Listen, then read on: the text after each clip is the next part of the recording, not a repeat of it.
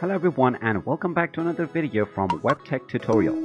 In this video, I'm going to show you how to sign up and create a new account with Yahoo Finance. So let's get started right away.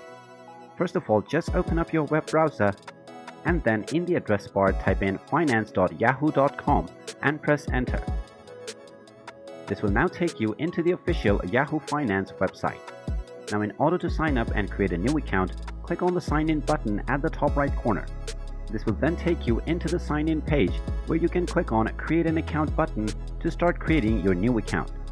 From there you can simply fill in your first and your last name and then type in your desired email address, then type in your desired account password and then enter your date of birth. Finally click on the continue button. You will then be asked to set up your phone number. Simply type in your phone number and then click on the send code button. You will then receive your verification code in your phone, which you will need to type in the next screen.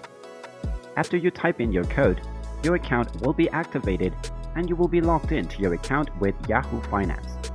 And there you have it. That is how easy it is to sign up and create a new account with Yahoo Finance. If you find this video helpful, make sure you hit that like button and subscribe to our channel if you haven't done so already.